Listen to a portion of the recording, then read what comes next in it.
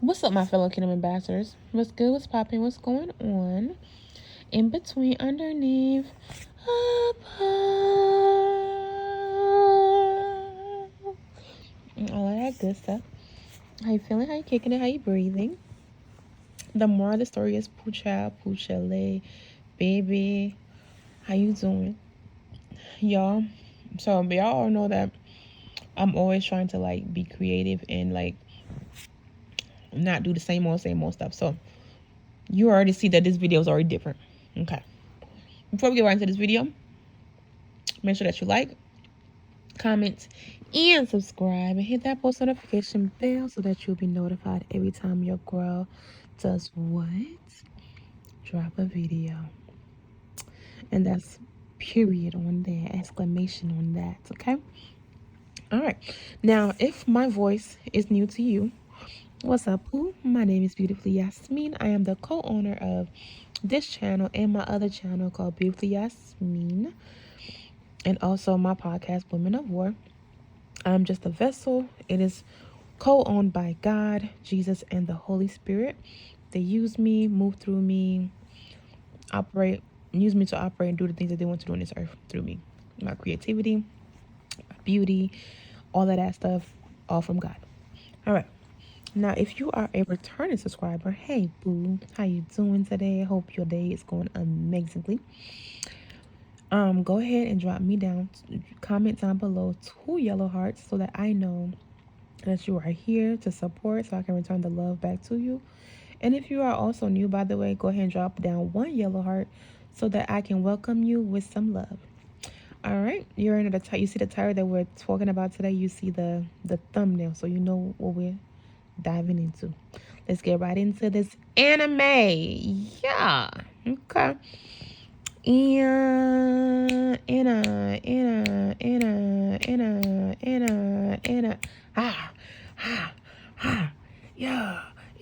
I'm really dancing. Y'all can't see me, but I just want you to know. Okay. If you know I'm thick, I'm okay. If you know, you know. It's out here shaking. I'm shaking it. All right. Let's get right into this video. And zaboom.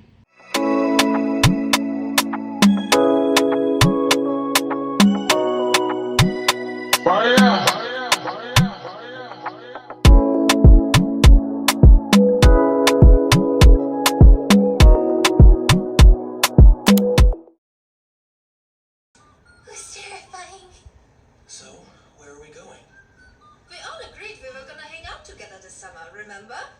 So, I reserved one of the summer vacation houses for us. Our ultimate summer getaway officially begins tomorrow. What? Hold on. A getaway? Vacation house? Well, at least it's not a haunted house this time. So as y'all see in that clip, Mommy G invited everybody to the beach house for the summertime. Because remember, y'all, when we left off in the last episode, everybody is getting ready for summer break. So summer break has commenced. And Tuhuru, remember I told y'all, was working 2 jobs, right?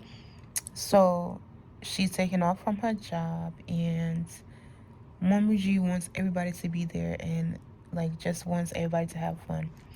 But something about Yuki's reaction to the beach house, I feel like is given a what is it when some foreshadowing? It's foreshadowing something about the trip to come. There's like an unease feeling for him. So, and then the fact that like it's just, I don't know. I just feel like, I don't know. It's just not something about it. It's just like, so he's worried and he seemed like nervous about something, and he's typically not. I don't know how to explain it, but like he only does that when it comes to like Akito. So part of me feels like Akito is gonna show up or something. So yeah.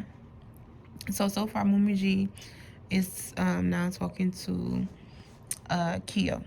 We get to the point where Kyo is in his room just like sleeping on the floor, and Momiji was worried about him, but Kyo said he's just tired. But Kyo is also gonna come. He's gonna be in attendance. So as of right now, everybody's coming. And there are 2 new characters that has been added, so we will talk about that once their part comes more into play. But yeah. Oh yeah, and by the way, I forgot to mention.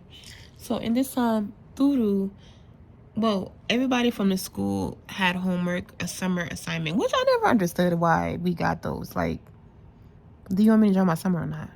What's wrong with you? So they all got summer assignments. Everybody has gotten a head start except for Turu. So Kyo being, no, my bad. That's why I was like, something's off. Yuki being the advanced student that he is, he understands the assignment and he's almost done.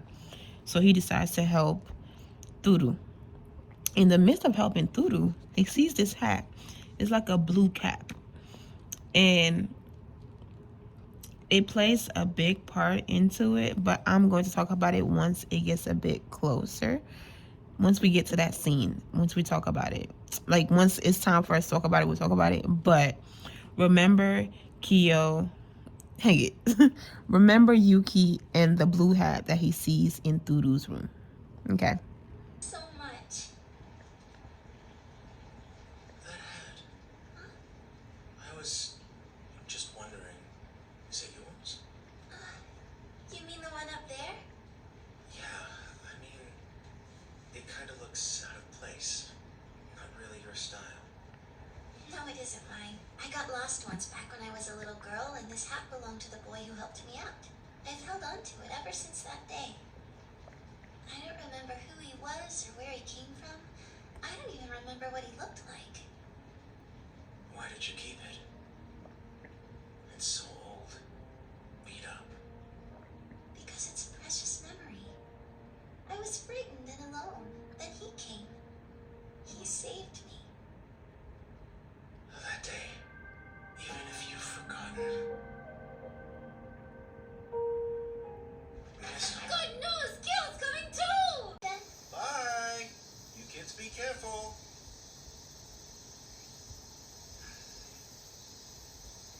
You can come out now.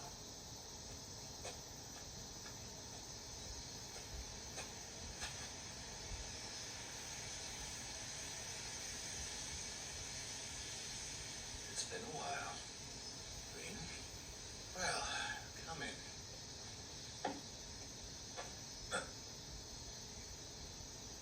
Now, your shoes. You should take them off, you know. You know why I'm here. There's no point pretending that you don't.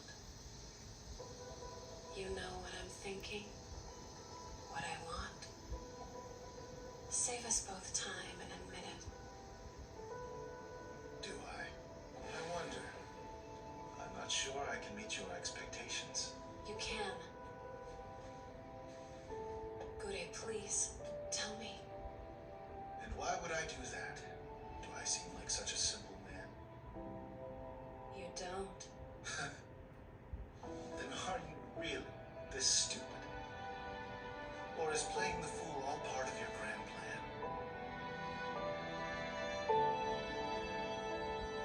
Ah, Rain, what shall I do with you?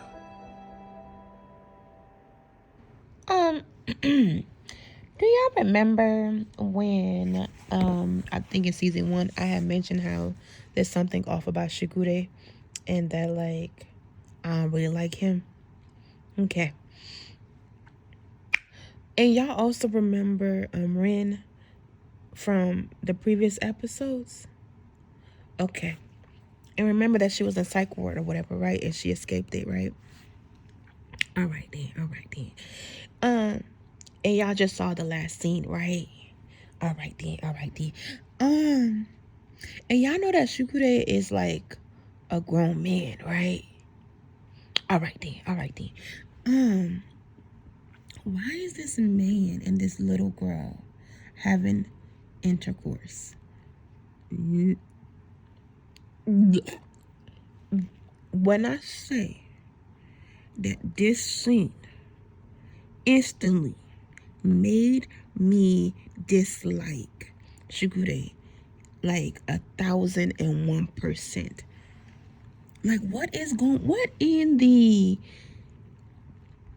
I don't know, what is going on in this episode? How we go from the child appropriate, not even, but just follow me. Child appropriate, hopping through daisies and whatnot. So this all like a dramatic turn. And remember in the last episode when I was talking about Turu's best friend and that boy that were dating, and if you haven't watched it, go with the previous episode and go watch it, because I don't want to give nothing away.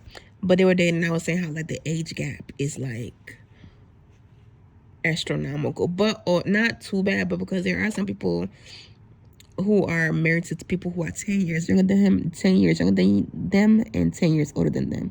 And I would like to date people, somebody who's like my dating range for me, I'm 27, right? I want to date somebody from 30 to 37. I don't really too much want somebody who is 27. 28, cool. But like once I turn 28, no. I don't want to date nobody that's younger than me. Like I would prefer somebody who is 30 to 37 for me. Okay. Because I'm also mature now. But for these children who are in high school to be having encounters with these grown men, and remember when I mentioned about Akito, possibly, like I was saying, like I feel like she SA'd Kyo and Yuki and them, or like just the boys or whatever. This kind of proves it for me. It's like solidifies my point of what I was picking up, because poo. And then like, why is she? Yeah, I have so many questions. Let's continue. Just also wanted to add, girl, if you don't get off this floor, crawling with your nasty stuff to this grown man, get your off this floor. What's wrong with you? That's what I had to say. It's looking real. Like I'm just so, the chain of like how just things are just turning. It's just Shikure alludes to, you know, the foundation or whatever, but never to a child. Well, he has to Turu. And I've always been like, ugh, because why are you talking to a child like that? But when he did it to Yuki's brother, it was still like, ugh, because, yeah, ugh. But now I'm still like, ugh, because, girl, get off this floor. And, why are you looking at a child? Just, ugh. Now, if she's not a child and she's, because I wouldn't think Rin, I would think Rin is a girl in high school. So, I don't know. I'm all perplexed. I don't know. Okay, let's continue. You all remember how I mentioned Yuki is acting a bit off? So while this is happening, while they're on vacation, he keeps having like flashbacks with conversations between him and Akito. And the only way I can explain it is through my own experience with being abused. So he keeps playing like her telling him that like he will never be saved and stuff like that. So he's having like it's not like an episode, I don't know how to explain it, but it's more so like you're kind of stuck in that moment. Like there's a moment where I was being bullied in school or whatever, right? Because I'm albino, and people just thought like people have no albinism is not really seen by other people often. So there was a time when I was in school, and somebody called me ugly. So I came home and asked my bio. I came and asked bio, hey, do you think that I'm ugly? Da da da, right?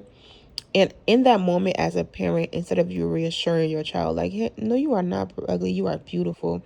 That, I feel like that moment could have been the turning point for me, had he handled it properly, for me not to have insecurities and deal with the things I deal with now. Instead of him being like, no, you're not ugly, you are beautiful, you are my child, I love you, da da da da da. Instead, he was like, I don't know, do you think you're ugly? So that replayed in my mind for years. Every time someone will call me ugly, or like I'll be triggered by something, it'll replay like, If he couldn't tell me that I was pretty or beautiful, then I must not be. You know? It's not like an episode, but it's more so like and it's not a trigger. I don't know how to explain it, but it's just something that happens. So it happens consciously and subconsciously, where you kind of get stuck in a specific moment that could have been altering for you, you know? So he's going through that. I mentioned earlier that there's these two new characters that's, if I can talk. There are these two new characters that have been introduced. These two little children, a boy and a girl. The boy name is Hiron, and the girl name is Misan, and they are friends. So they have been invited by Mumuji as well to come along. Hiron is in a strong light, because I don't believe in saying love when it comes to children. So in strong like with Misan, and they like each other, but Hiron can be a bit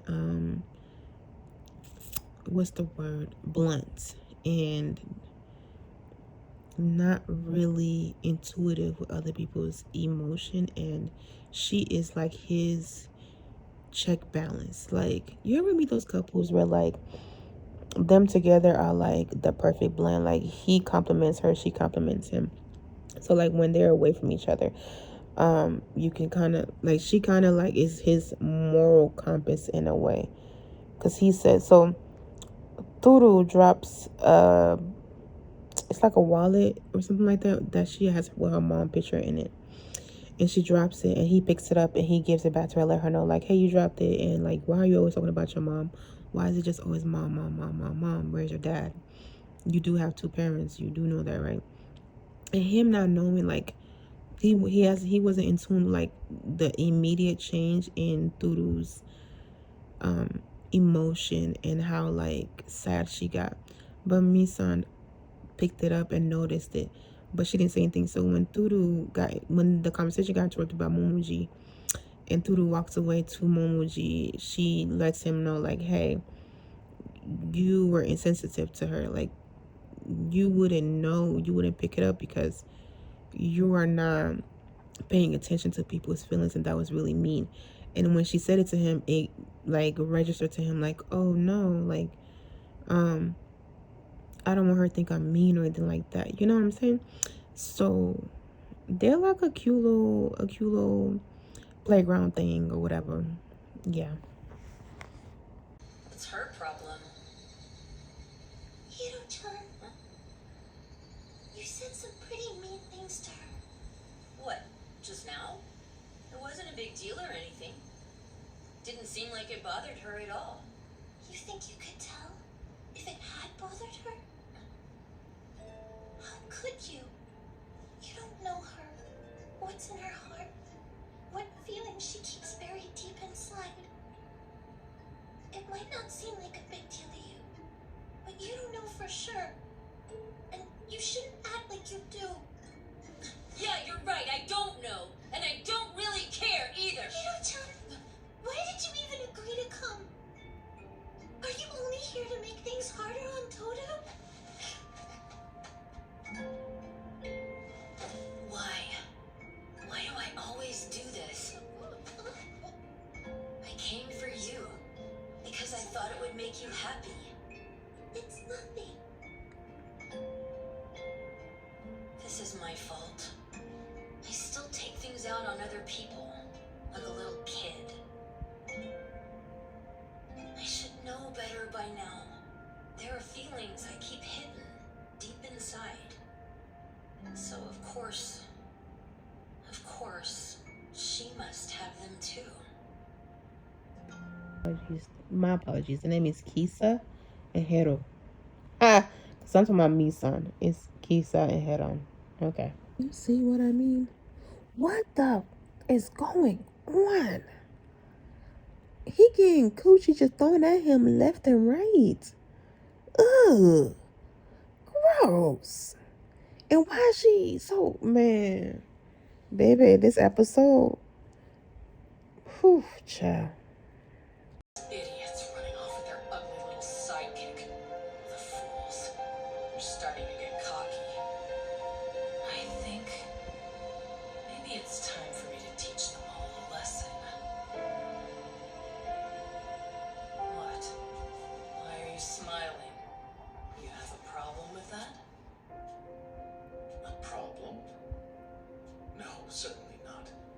Quite the contrary, as a matter of fact.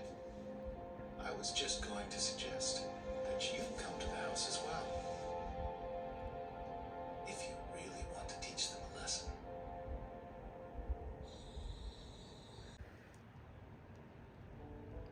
I'm not ready yet, but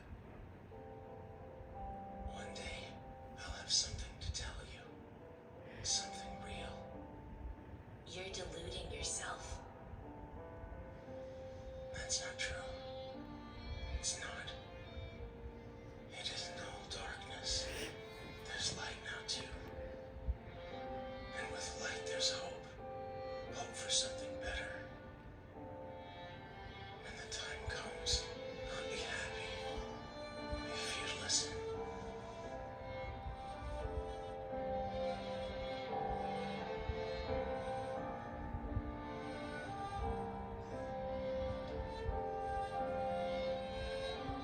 I need to open the lid. Open the lid.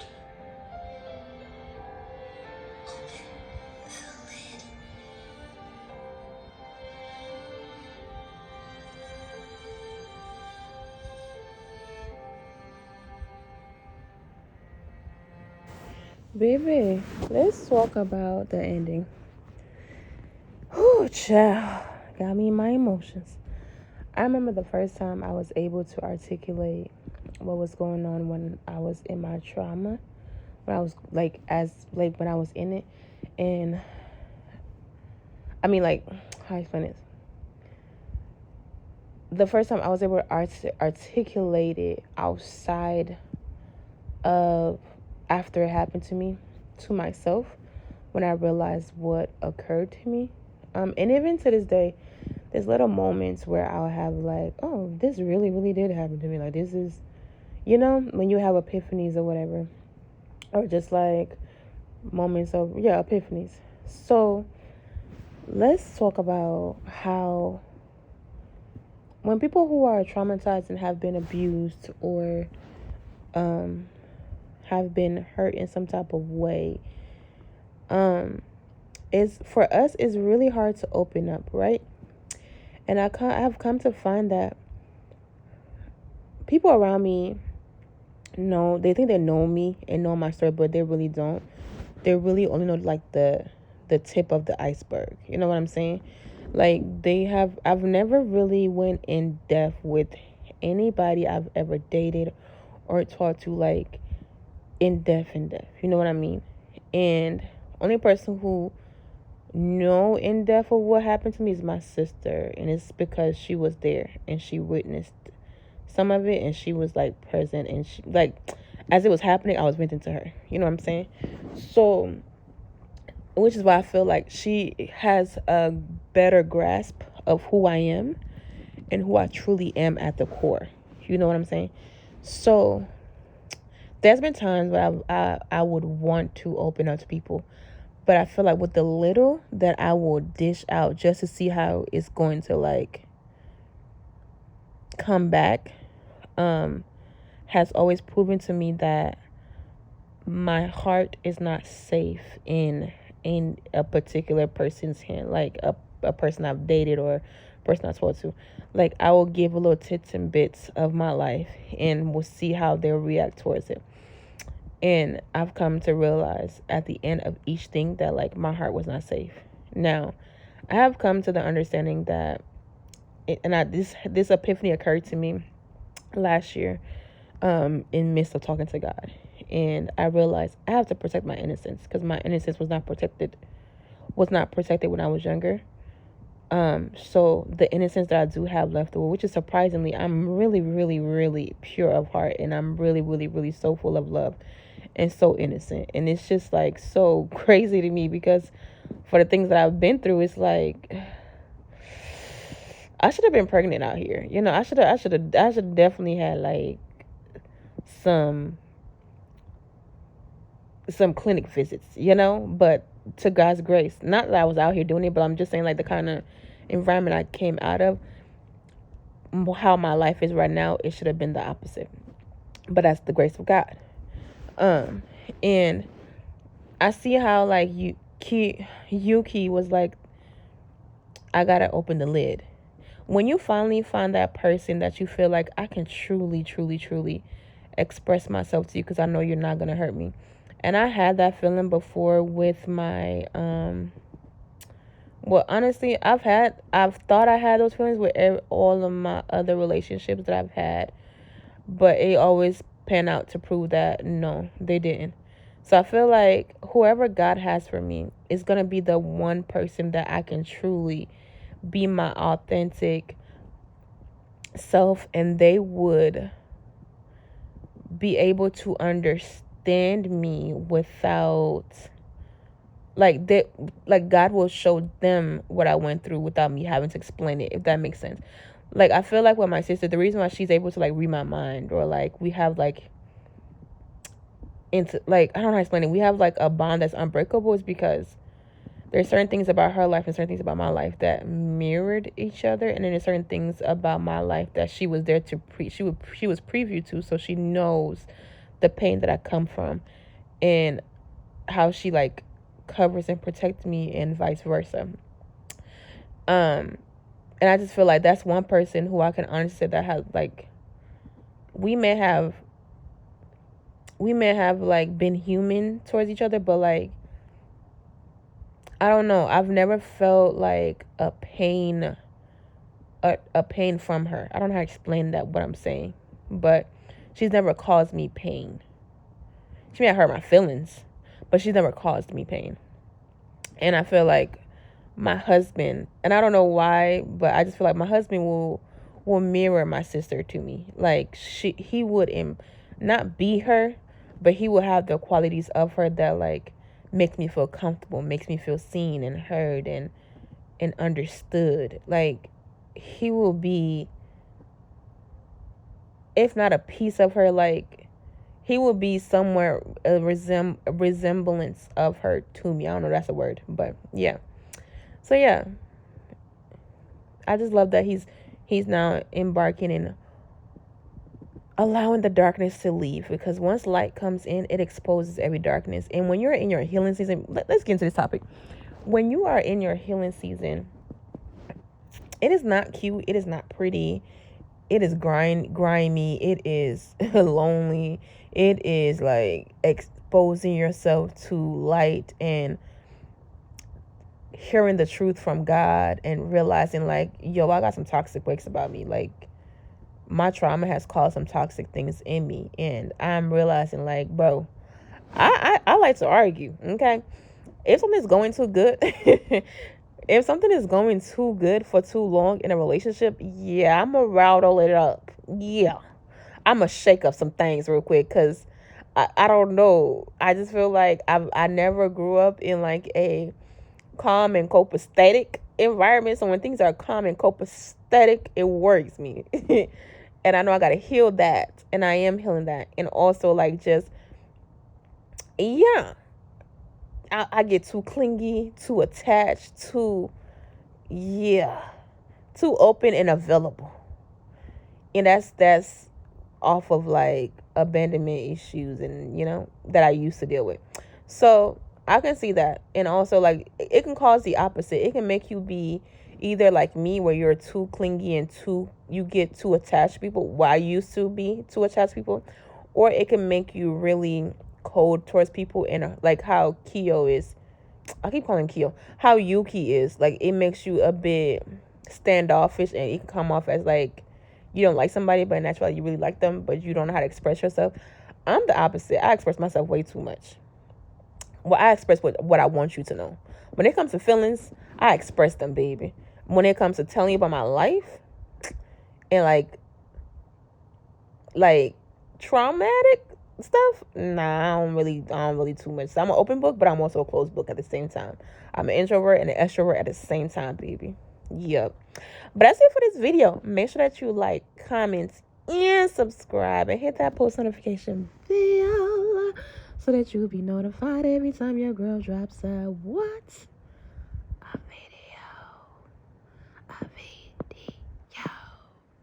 And with that, my fellow Kingdom ambassadors, you already know it. I love you. I mean it. God loves you. You know it. And I am outie. See y'all next video. Bye. What's up, my fellow Kingdom ambassadors? What's good? What's popping? What's going on? What's up, my fellow Kingdom? Yes, it's a commercial. It's a commercial. So y'all better come get one of these. Y'all better come get one of these. Okay? So, first thing first, you guys know I have a YouTube channel. What you may not know is I have 2 YouTube channels.